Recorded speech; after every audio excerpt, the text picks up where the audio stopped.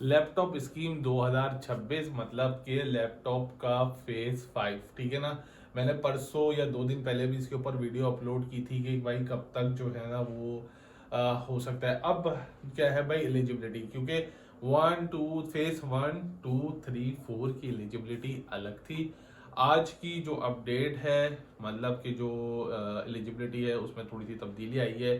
किस तरीके की एलिजिबिलिटी होगी, क्या होगा, लैपटॉप किस तरीके से दिए जाएंगे, अब किस बुनियाद के ऊपर आप लोगों को लैपटॉप्स मिलेंगे, कहाँ कहाँ अप्लाई करना पड़ेगा आप लोगों को, वो सब आज की वीडियो के अंदर मैं आप लोगों को बताने वाला हूँ, ठीक है ना। अच्छा, एक चीज़ मैं आप लोगों को बता दूँ कि जो हम लोग आपके साथ ये शेयर कर रहे हैं या कोई भी इंफॉर्मेशन हम लोग आपसे शेयर करते हैं तो ये हमें मुख्तलिफ ज़राए से पता चलती है, ठीक है। वो मुख्तलिफ ज़राए से जो हमें खबर आती है वो हम आप तक पहुंचाते हैं, मतलब कुछ न्यूज़ फॉरम्स हैं, कुछ ग्रुप्स हैं, वहाँ से जब हम लोग को इंफॉर्मेशन आती है तो हम लोग आपको बताते हैं, क्योंकि वो जो न्यूज़ आती है वो तो ऑथेंटिक वेब से रास्तों से होती है, तो इसलिए हम आपके साथ शेयर करते हैं। लेकिन फिर भी अगर कहीं पे आपको किसी चीज़ का डाउट हो तो आपके पास इंटरनेट एक्सेस अपने पास मौजूद होता है, आप खुद भी वेरीफाई किया कीजिए कि चले एक इन्फॉर्मेशन आपको पता चलेगी तो अब उसको वेरीफाई लाजमी कर लिया कीजिए, ठीक है। तो भाई अब बात करने वाले हैं कि जो तब्दीली आई है, ठीक है ना। अब ये खुशखबरी कहूँ या मैं क्या कहूँ मुझे नहीं पता, क्योंकि अब नए बच्चे होंगे वो बोलेंगे ये क्या बात हो गई, लैपटॉप न्यू, ठीक है ना। इसको मैं लैपटॉप न्यू के नाम से बोलूंगा, क्योंकि अब बच्चे बोलेंगे सर ये क्या बात हुई, पिछले वाले जो फेज 1 2 3 4 था वो तो बड़े मजे में रह गए। लेकिन नहीं, अब जो इसमें तब्दीली की गई है वो इसलिए की गई कि इसमें और ज़्यादा शफाफियत आ सके। जो इनका ज़्यादा से ज़्यादा मकसद है कि भाई जिसका मकसद ज़्यादा से ज़्यादा चीज़ को शफाफ और मुनसिफाना तरीके से लैपटॉप की डिस्ट्रीब्यूशन हो सके, मतलब कि भाई जो सही हकदार है उस तक चीज़ों को पहुंच सके। तो अब क्या है, किस तरीके से है, क्या आप इसके अहल होंगे या नहीं होंगे, कहाँ अप्लाई करना है जाकर, ये चले आए इस वीडियो के अंदर देखेंगे, ठीक है। और मैं व्हाट्सएप चैनल का लिंक भी जो है ना वो डाल दूंगा डिस्क्रिप्शन के अंदर या फर्स्ट कमेंट के अंदर, ठीक है ना। तो आप लोग वहां पर भी ज्वाइन कर सकते हैं ताकि आपको लैपटॉप स्कॉलरशिप की तमाम तर अपडेट्स आपको वहां पर मिलती रहे, ठीक है भाई। तो ये तो हो गया, ये वाली बात आज हम लोग डिस्कस करने वाले हैं लैपटॉप के बारे में, क्योंकि बहुत सारे स्टूडेंट्स अब नए हैं। अच्छा, एक और खुशखबरी भी है, ठीक है ना, वो भी मैं आपको बताता हूँ।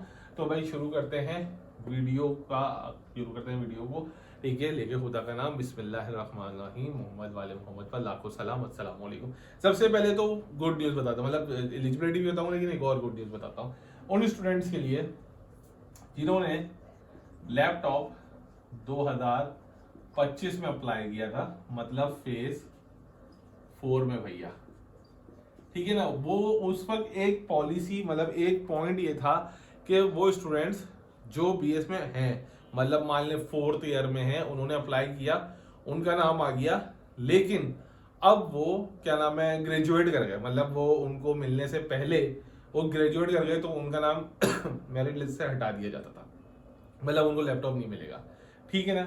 लेकिन अब इसके अंदर तब्दीली आ गई, वो बोल रहे कि नहीं भाई आपने अप्लाई किया था, आपका नाम आ गया है मेरिट लिस्ट के अंदर, और अगर आपको अभी तक नहीं मिला तो अब आपको इंशाल्लाह मिलेगा, ठीक है ना। तो वो स्टूडेंट्स जो परेशान थे कि भाई ये क्या बात हो गई है कि भाई हमने तो बड़ी मेहनत करी थी और हम एलिजिबल भी थे, हम सब कुछ थे, लेकिन अब अगर हम ग्रेजुएट हो गए और लैपटॉप की डिस्ट्रीब्यूशन देर में हो रही है तो उसमें हमारा मसला नहीं है, तो अब वो स्टूडेंट्स परेशान ना हो बल्कि उनको भाई मिलेगा, उनको शामिल किया जा रहा है, ठीक है। अब बात करते हैं नई वाली चीज की।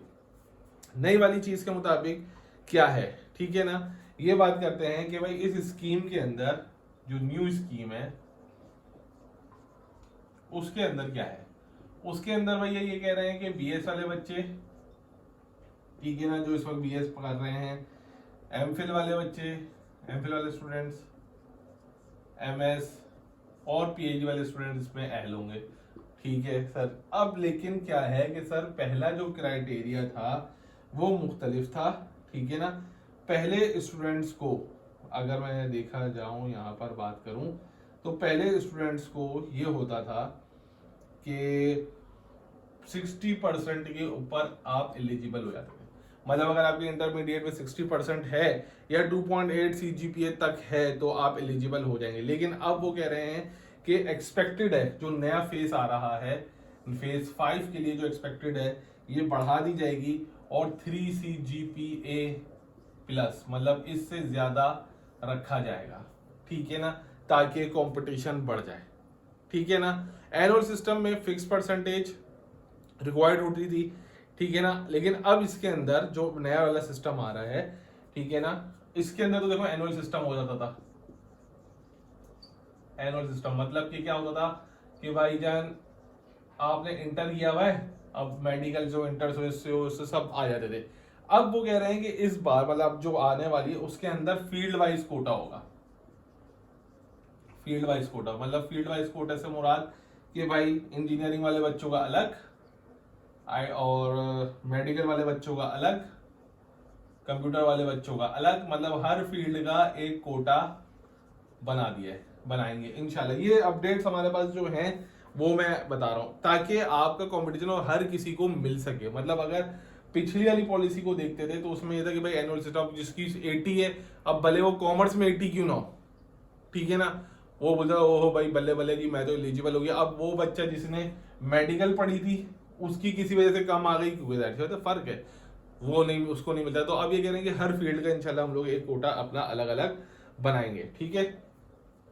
फिर इसके अंदर ये होता था कि पिछली बार ये था कि भाई सिर्फ पब्लिक सेक्टर यूनिवर्सिटीज को फोकस किया जाता था, मतलब गवर्नमेंट यूनिवर्सिटीज को। अब इस बार ये लोग क्या कह रहे हैं कि भाई जो इस बार होगा उसमें थोड़ी तब्दीली आएगी, जो रिसोर्सेज हैं उनके मुताबिक वो ये होगा कि भाई आपकी जो दूसरी यूनिवर्सिटीज हैं, वर्चुअल यूनिवर्सिटी या डिस्टेंस लर्निंग यूनिवर्सिटी, वो भी इसमें शामिल होंगे, ठीक है ना। और कुछ जराये से पता चला, मैं उसके बारे में कंफर्म नहीं हूं, लेकिन कुछ जराये से पता चला कि भाई जो HEC रिकॉग्नाइज्ड यूनिवर्सिटीज होंगी वो भी इसमें एलिजिबल हो सकेंगी, ठीक है ना। फिर पहले जो था जो फोकस था, मतलब कि अगर मैं 1 2 3 4 पे देखा जाए, फेज 1 2 3 4 में, उसमें मुकम्मल फोकस किस पे था, मेरिट पे। मतलब अगर किसी की 90% है, 85 है, 86 है, मतलब बस ये देखा जा रहा था कि मतलब बस हाँ ठीक है ये मेरिट बच्चा बन रहा है बस दे दो, ठीक है ना। अब जो इसमें तब्दीली है वो कह रहे हैं कि नहीं भाई मेरिट भी देखा जाएगा, और आप वो मेरिट तो वो तो ठीक है आपने एलिजिबल आप हो गए, मतलब आपने अपनी लास्ट डिग्री वहां मेंशन कर दी कि जी मैंने 80% 85% नहीं। अब जो कह रहे हैं वो ये कह रहे हैं कि भाई अब आपके साथ साथ ये भी देखा जाएगा कि अभी आपकी परफॉर्मेंस यूनिवर्सिटी में कैसी है। मतलब एलिजिबिलिटी मतलब आपने पुरानी परसेंटेज तो डाल दी कि जी मेरी 85 आई थी, वो सब हो गया, लेकिन अब के बाद ये भी देखा जाएगा कि आपकी करंट जो प्रोग्रेस है यूनिवर्सिटी में वो किस तरीके की है, उसको भी मद्देनजर रखा जाएगा। आपका दूसरा कि भाई आपके क्या नाम है डोमिसाइल को भी देखा जाएगा, क्योंकि अब वो पूरा कोटा सिस्टम कर रहे हैं ना कि भाई सिंध में मतलब फला फला बच्चे इतने होंगे, इतनी इतनी उसके, मतलब अभी मुझे इसकी पूरी इतनी डिटेल नहीं मालूम, लेकिन क्योंकि इसके अंदर मेंशन हुआ है कि भाई डोमिसाइल भी अब आपको रिक्वायरमेंट होगी, पहले नहीं थी, ठीक है, कि भाई आपको डोमिसाइल पे भी देना, मतलब अब आपको कोटे सिस्टम पे आप आएंगे, ठीक है ना। दूसरी चीज जो बहुत अहम है, तो मेरे हिसाब से पहले इस तरह होता था कि भाई सिर्फ पोर्टल पे जाके अपलोड कर दिया, अब पोर्टल पे भी होगा, और बोले जहां आप पढ़ते हैं वहां पे भी आपको रजिस्ट्रेशन करवानी पड़ेगी अपनी, सही है। तो कोटा पहले लिमिटेड था, अब कोटा बढ़ा दिया गया है, पहले मैनुअल सिस्टम था, अब मतलब ये कि भाई अब थोड़ी सी आप लोगों के लिए शायद ये सारी चीजें जो इसके अंदर चेंजिंग की जा रही है, ये सारी इसीलिए की जा रही है ताकि अब और प्रॉपर और शफाफ तरीके से आप लोगों को लैपटॉप मिल सके, किसी को कोई शिकायत ना हो कि जी उसने तो कॉमर्स में 80% ली थी, मैंने तो मेडिकल में पढ़ी थी, तो मेरी डिग्री और उसकी डिग्री में फर्क था, लेकिन यहाँ तो सबको एक साथ कंसिडर किया गया, ये किया गया वो किया गया। नहीं, अब हर किसी का एक अलग अलग कोटा बना दिया, उसकी जो परसेंटेज थी वो एलिजिबिलिटी थी वो अप्लाई करने के लिए हुई, लेकिन अब उसकी करंट सिचुएशन भी देखी जाएगी। तो ये है भाई लैपटॉप की न्यू अपडेट्स। तो इसी के लिए अब मैं ये कहूँगा कि भाई आपने मेहनत करनी है, मतलब ऐसा नहीं है कि जी आपने सिर्फ इंटर की बेस के ऊपर अप्लाई कर दिया कि जी मेरी इंटर की परसेंटेज बहुत ज़्यादा थी, भले यहाँ पे मेरे 1-2 पेपर रुक जाए, टेंशन नहीं है। नहीं, अब आपको अपने जिस करंट सेमेस्टर में है वहाँ पे भी आपको अपनी प्रोग्रेस अच्छी देनी पड़ेगी, ताकि जब आपका डाटा मांगा जाए, डाटा मांगा जाता है फोकल पर्सन से, जब आपका डाटा मांगा जाए तो आपकी रिपोर्ट्स अच्छी जाए, ताकि आपको वहाँ पे कंसीडर किया जाए। आई होप कि यहाँ तक जो भी अभी तक इंफॉर्मेशन थी, जो भी सारी थी, वो हमने आप तक पहुँचा दी हैं। ठीक है ना, कनेक्ट रहिए, हमारे साथ जुड़े रहिए, हमारे व्हाट्सएप चैनल के ऊपर भी आ जाइए, हमारे चैनल को भी सब्सक्राइब कर लीजिए, ताकि आपको हर अपडेट मिलती रहे। और जैसे ही यूनिवर्सिटी जो है ना फेज 5 आए, इसका लिंक ओपन हो, आप लोगों को पता चल जाए और आप वहां पर अप्लाई करना शुरू कर दें। ठीक है ना, तो वीडियो को करते हैं यहाँ पर इख्तिताम, इस उम्मीद के साथ कि आपको यहाँ तक की सारी चीजें मालूम हो चुकी होंगी और आप हमारे चैनल सब्सक्राइब कर देंगे। नीचे कमेंट भी करेंगे कि भाई किस तरीके से हम लोग आपको गाइड कर रहे हैं सही है, और किस हवाले से गाइड किया जाए। इंटरनेशनल स्कॉलरशिप्स के बारे में भी हम लोग आपको गाइड करना शुरू हो गए।